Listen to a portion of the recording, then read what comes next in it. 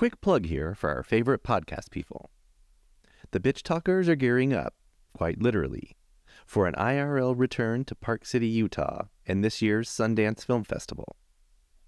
They could certainly use your help getting to and being there, and they've got all sorts of fun stuff in exchange for donations at various levels.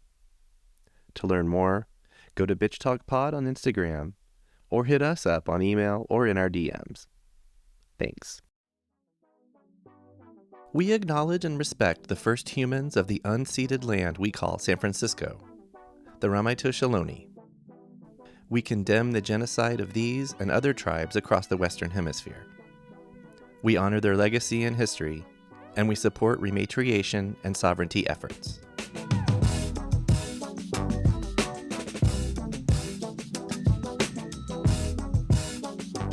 Welcome to Storied San Francisco. I'm your host, Jeff Hunt. This episode is part 2 with Rainbow Grocery Cooperative. If you missed part 1, definitely go back and check that out. We resume our conversation with Cody Frost. Cody has worked at Rainbow for 16 years, the last 3 or so as a marketing and creative strategist. He shares insights on the inner workings of Rainbow Grocery, a 50-year-old co-op grocery store. We begin with a continuation of our discussion about Rainbow's amazing, expansive bulk section. Here's Cody. It had not been since 2012, but it had definitely been since before the pandemic for me. Mm-hmm. I don't know when the last time I was here. And I had occasion to come, a month or so ago for bulk items.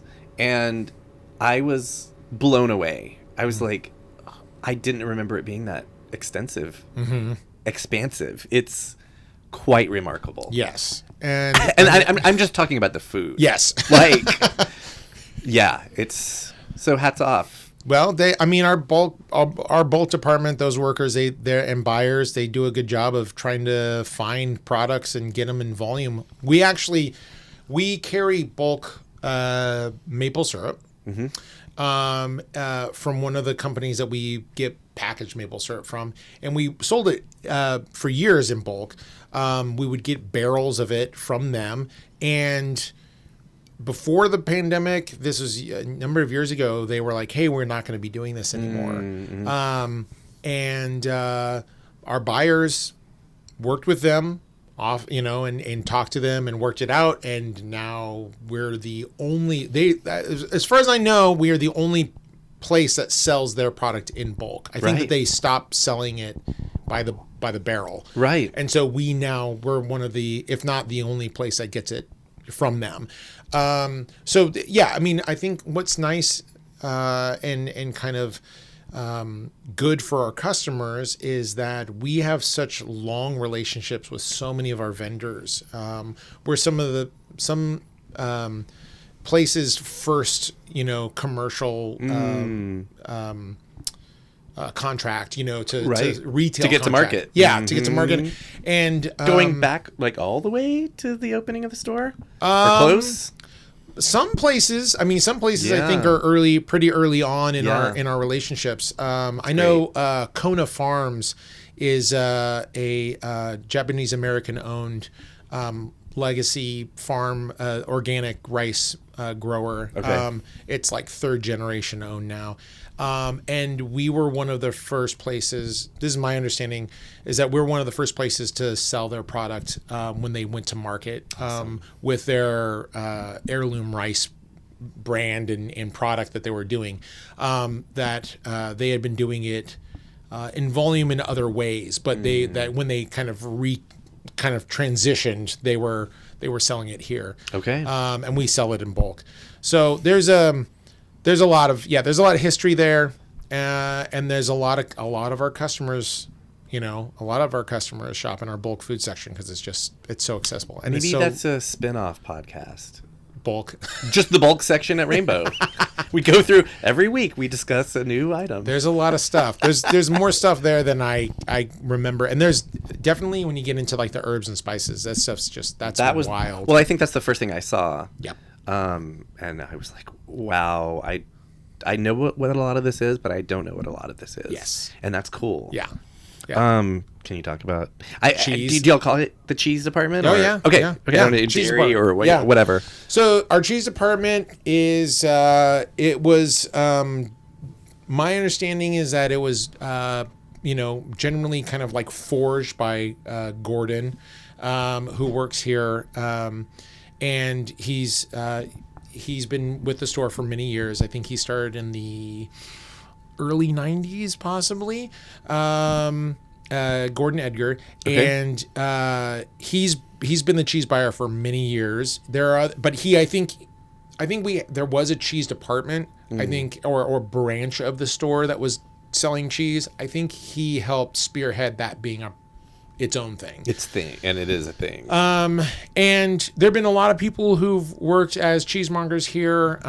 There's definitely various people who've worked here have gone and gotten cheese awards for being good cheesemongers and things like that. When that was happening more consistently in the world. Please tell me the trophy is a block of cheese. No, I don't think so. I think it's just I think there's just plaques. Oh, I didn't even know. I mean, it makes sense. Just like I've known people who are really into the coffee world, and then I find out anecdotally about coffee competitions, barista competitions, and stuff like that. Same thing with cheesemongers. Yeah. It's like they'll be like, "Hey, cut a quarter pound or cut like a 5-pound wedge of this," and then they cut it. And then they weigh it to see how accurate the cheesemonger is to eyeballing the weight of the, stuff like that. Skills with a Z. Yes. Yeah.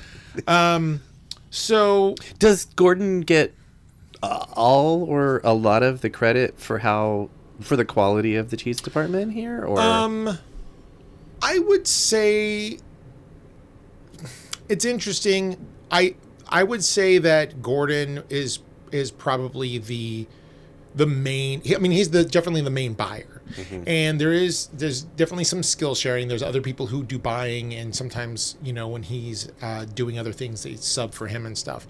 But he's been so involved in the cheese world for so many years, 30-ish. Yeah, I mean, he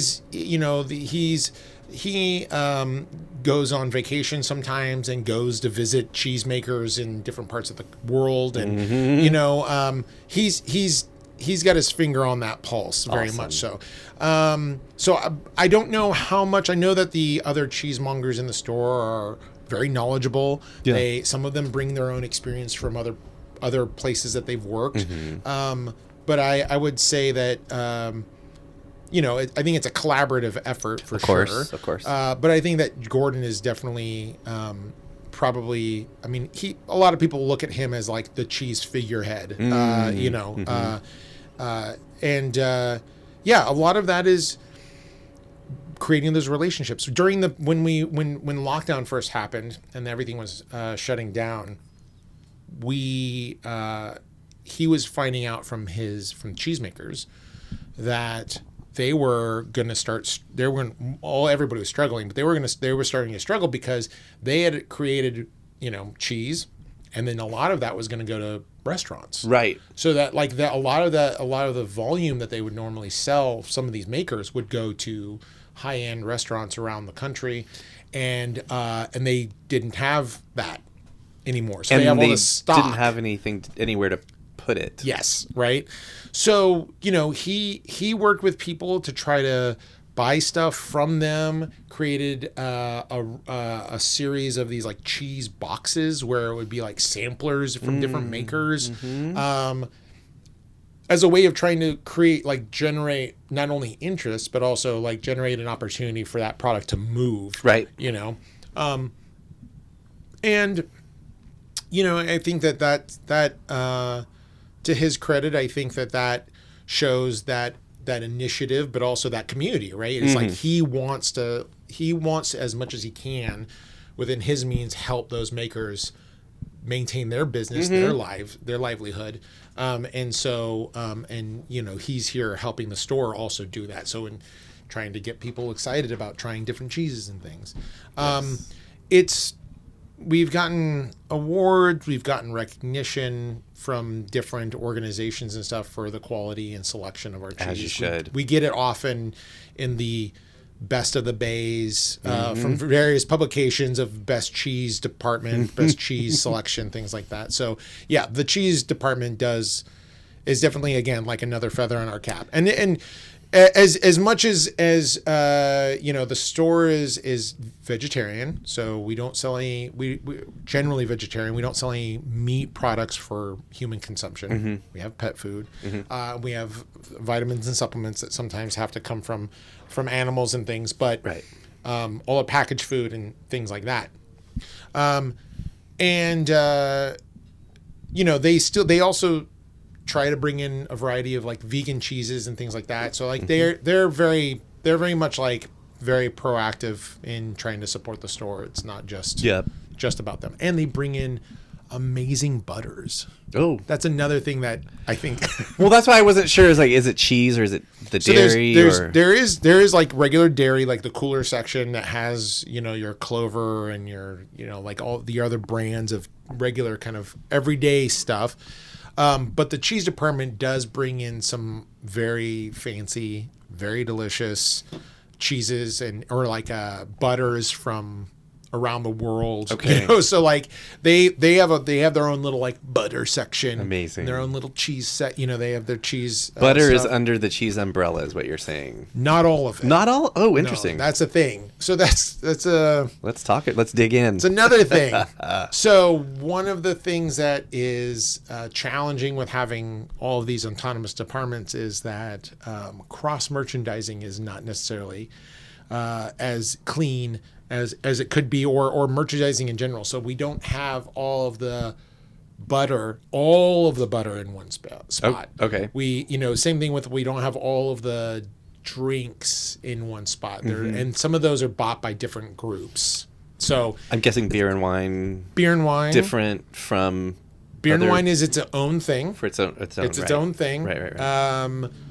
The two guys that run that are the two main guys that run beer and wine, they're technically, because they're a small group, technically part of the cheese department. Like they're not part of the cheese. They're not part of the cheese department, but when making bigger decisions around like operations and admin stuff, they kind of work together, but they are still autonomous. So like beer and wine charges what they want for their products. They have their margins, they set their schedule. Cheese does its own thing. But when it comes to vacation requests or other bigger things, since there's only two of them, they have to be kind of connected to another group. I get it. And it's easy for me to remember because those are like my favorite things. Yeah, those are, and they're all in the same area of the store. And, in the back at Other Avenues, they had some kind of board. I don't know what it was, but like all their different departments, and it was like beer and wine and cheese were right next to each other, and I was like, that's sometimes that's all I need. That makes sense. Yeah, for sure. Okay, let's go back now to you getting a job here. Did you have any experience? Did you know what a co-op was? Yeah, so I've been working in the grocery industry since 2003, I think it is. Okay. My first grocery job was working at the Sacramento Natural Food Co-op. Okay. Which is a community co-op. So it's structured very differently. Membership kind of thing? It's membership, yeah. So people can join, open to the public, but people can join. They get a benefit. They can be involved. They can be, if they're a member, involved in like the board of directors and decision making and stuff. And there's an election, they can run for it. But generally, public store, similar to Rainbow, hierarchically structured. So I had a boss, and that boss had a boss, and kind of more traditionally structured. And I worked there from 2003 up until I moved here, so almost 3 years. And it was fine. I worked stock shelves, was a cashier for a while, and it being a co-op was not. It led itself to the alternatives, right? So it led itself to the alternative selection. We didn't carry all, kind of more commercial stuff. And so that was like the first foray for me into like, look at all these soy milks, or right. Like here's like essential oils. Like there's a lot of stuff that I learned from being just around the products. I'd never seen things. Yeah. And then I moved here, worked at Byright for a little while, and then got a job here. My friend April Anthony Anthony, not Anthony. Anthony worked with me at Byright, and then they got a position here, and so they were like, brought you over.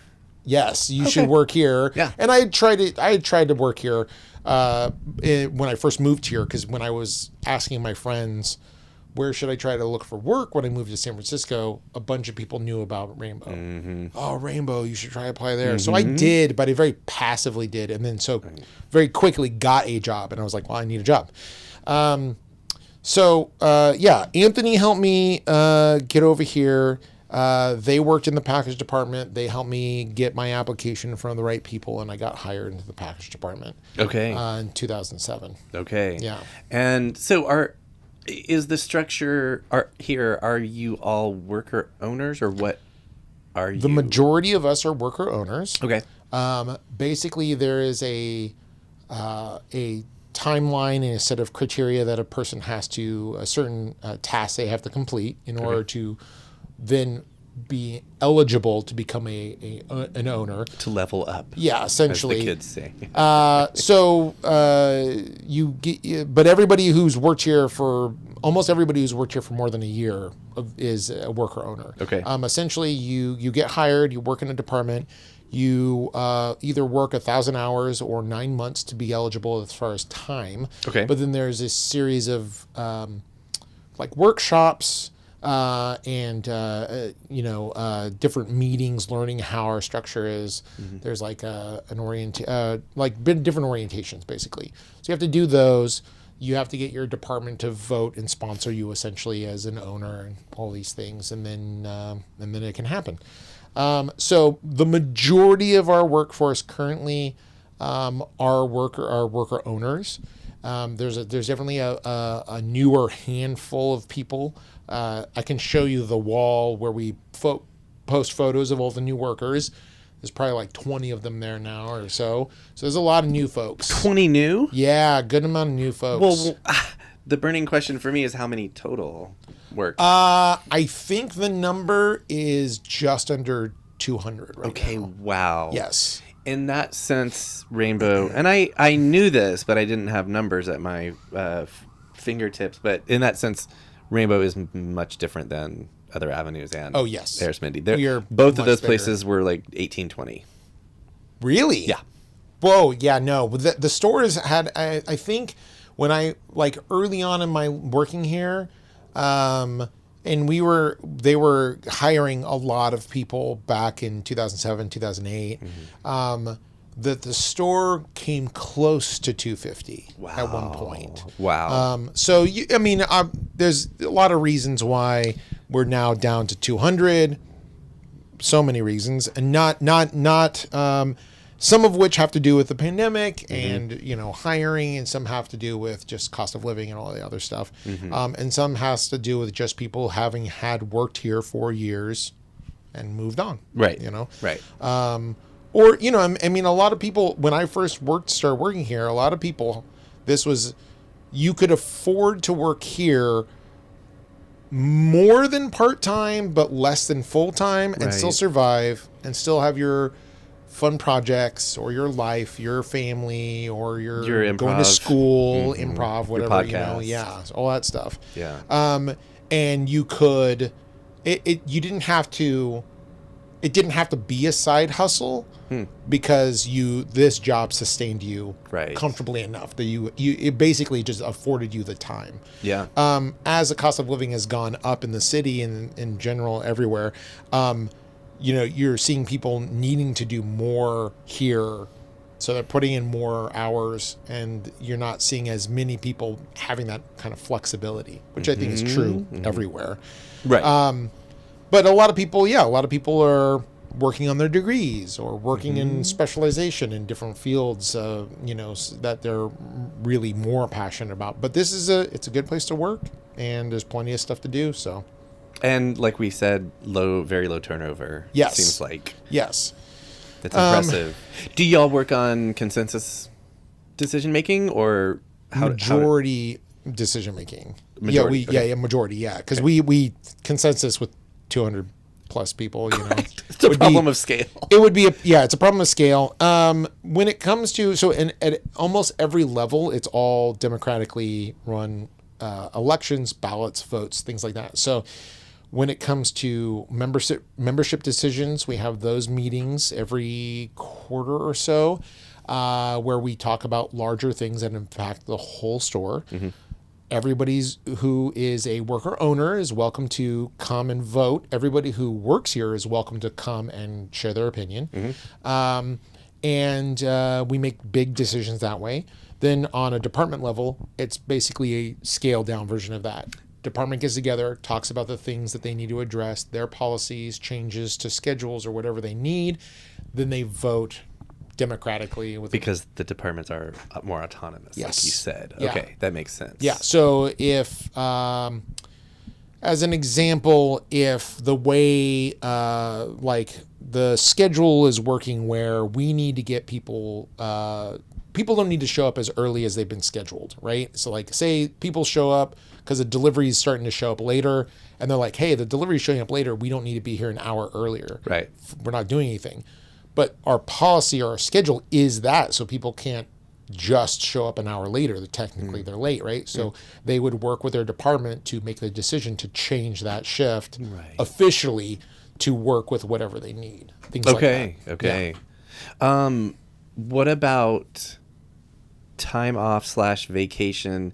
We talked a little bit about life-work balance, where just in general working here typically affords you the time to do other stuff, whether that be family or a side hustle or whatever it is. Right. But for example, Arizmendi said they started their company with a 6-week vacation policy. I'm like, that is life work. Sure, yeah. That's intense. And I love it. Don't get me wrong. Sure. It's great. We do have something similar, basically. We don't really constrain people on their vacations. Right. As long as we're able, basically that's where that kind of autonomous department stuff lays in pretty heavily. It's if a department feels that a worker can go off on vacation, I think the maximum amount of time that a person can be on vacation is 6 weeks, but we don't limit how often they can request a vacation. Right. So and we also offer leaves and things like that. So there's a lot of different opportunities that people need extended time away from doing this specific work. It's all very human. All this stuff. You guys, the other co-ops that we're talking about, it all strikes me as respecting each other and this craziness of life, but then also banding together and, out there, we talked about scale. There's 20 people running a bakery. Hard work, for sure, but volume is nothing like what you all are doing here. So maintaining that humanity while also doing all this it's amazing. It's not radical to me. The idea of how, of cooperative models is not radical to me. And that's one thing that I want to get across to my listeners through talking to you all, is these ideas, these alternative modes of doing businesses, not far-fetched. And clearly they're working. But yeah, I think the difference here is that it's so massive. Yes. And you maintain the humanity of each other. Yeah. That's great. I'll say this. It is wrought with all the same problems as any other business. Sure.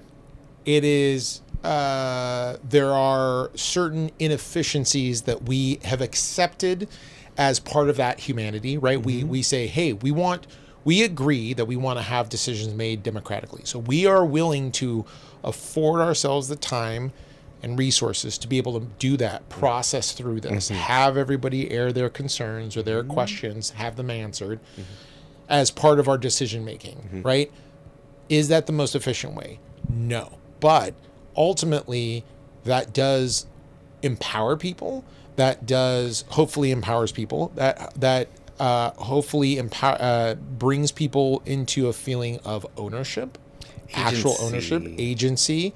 Also, almost every single time you end up with something that is ultimately stronger than the thing that wherever it started, because you have more people saying yes or like, oh, this idea, more input, right? Diverse. And the thing that and hopefully you end up with a thing that actually supports more people in the long run. And some of those decisions are easy. People are like, yeah, let's do it. Let's do this. We're going to, raise this, lower that, whatever it might be. And sometimes there is that debate. There is a back and forth of like, is this something that sticks with our values? Is this something that is beneficial for the bottom line of our business and sustaining our continued... Unfortunately, we are still in a capitalist system and we need to make some money. Yes. Yeah. To be able to do the things. Right. And ultimately, like, I personally feel that there are some detriments to having everything be humanely handled sometimes, in my opinion. Sometimes it's a little challenging. Sometimes the accountability and things like that can get a little challenging sometimes. But I would prefer this system and this model over so many others because we allow ourselves the time and energy to try to help each other, mutually help each other, and give each other opportunities to like meet the expectations and meet the store or the department or your coworkers where they need you, right? Versus just saying, yeah, it's not working out. Right. You're done. We don't want to, Another part of it that I thought of, I think when I was talking with Arizmendi, is like in these working situations, everyone probably always has an idea why we're doing what we're doing. Right. Whereas the other model, which I always think of as the competitive model, stuff is handed, and hierarchical for sure, stuff is handed down to you and you're like, I'll do this. I have no idea why we're doing this. Right. So that must be nice. I mean, so this is going to be an interesting comparison. Okay. The scale of a place like Other Avenues versus a scale of a place like Rainbow, we're so large that a person could just kind of focus very on the micro of like their department or their role or whatever, and not necessarily be involved in the larger democratic processes of the store. But we do offer that. We do publish minutes of all of our board meetings and things like that. Information is accessible, and if a person wants to, they can be very involved in the macro scale of the store. And I think that that does allow for you to know why things are happening. And yes, we're a big organization, so there are definitely times where people are like, why is this going? What's happened here? And it's like, well, you got to read this, or you got to give it. Maybe you didn't catch it. And another thing that in a small scale, just like even just a small business, regular business, that like person, their work directly impacts so heavily a larger portion of the workforce there. And here, that only happens on a departmental level. Right. So like somebody working in the cooler doesn't affect me day to day, right? Whatever. And maybe even like whatever's happening in the cooler doesn't affect me. But as far as the larger organization, we often do have conversations all the time. People are talking about like, oh, this proposal's coming up. Like, what do you think? What do you like? These are my feelings. I don't think we should do that. Like, or I think that we should, even if it's going to cost us a little bit more money, this is more of a priority for me as a business owner and as like, trying to keep the store sticking with the values that we've set out, so there's on like the big things, the things that are really important, they're really impactful. A lot of people are aware of what's going on. Right. Yeah. Is there anything, I don't think I have anything else sort of front of mind. Is there anything I'm missing that you'd like to get in while we're here? I would say that one of the things that people have often asked us is like, hey, open a store. When are you going to open a store in the South Bay? We're going to open a store in Daly City or Oakland or something. One of the things that we try to advocate for is communities creating the thing that they need. And we do try to put that forward in community grants, co-op grants and things like that. We've helped seed fund some smaller companies that are cooperatively structured.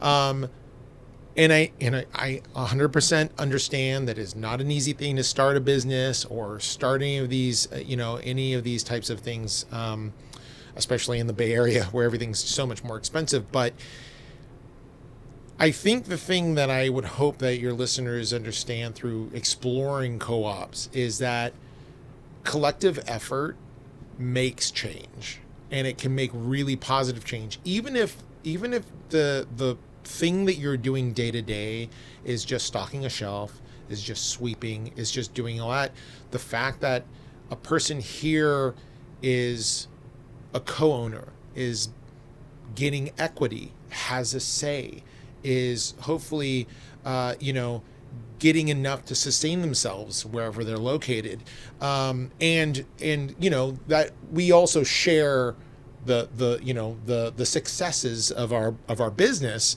every year with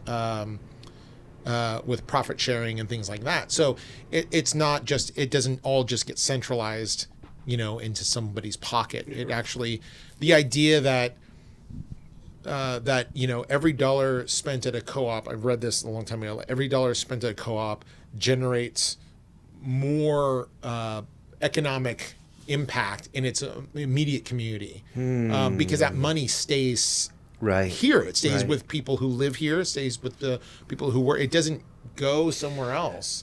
I'll go on record. It doesn't go to like the 5 people who own the baseball team and one of them keeps giving money to really terrible people. Yes, right. For just one example off the top of my head.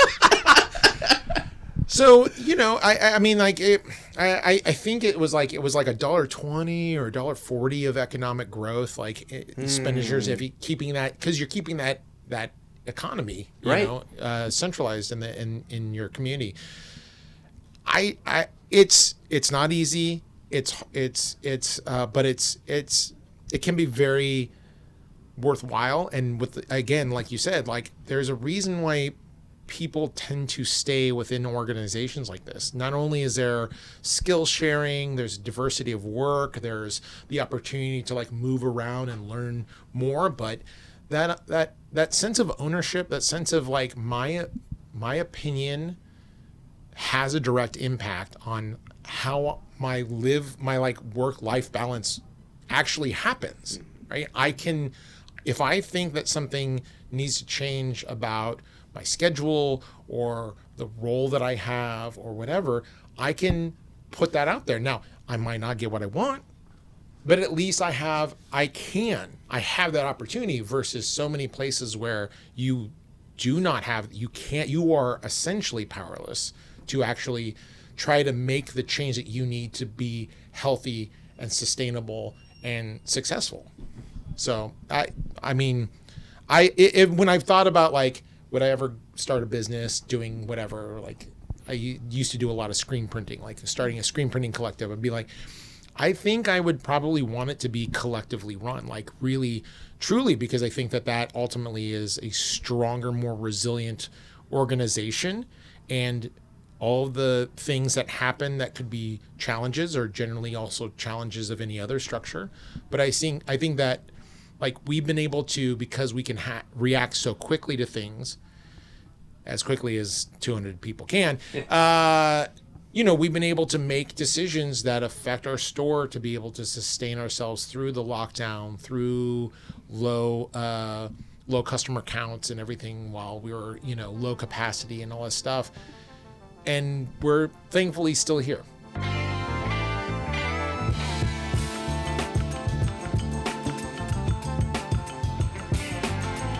That was Cody Frost of Rainbow Grocery Cooperative. We'll be back next week with an all-new podcast about Mother Bar, soon to open as San Francisco's newest women and femme-centered queer bar. Episode 9 drops next Tuesday. Music for Storied San Francisco was produced, performed, and curated by Otis McDonald. Michelle Kilfeather does original photography for us. Aaron Lim of Bitch Talk Podcast is our contributing producer. And the show is produced and hosted by me, Jeff Hunt. Now in our 5th season, we have more than 200 episodes available on our website, storiedsf.com, or wherever you listen to podcasts. If you're able to, please rate and review the show. And drop us a line at storiedsf@gmail.com. Thanks for listening. Stay strong, weird, and healthy. And we'll see you next time on Storied San Francisco.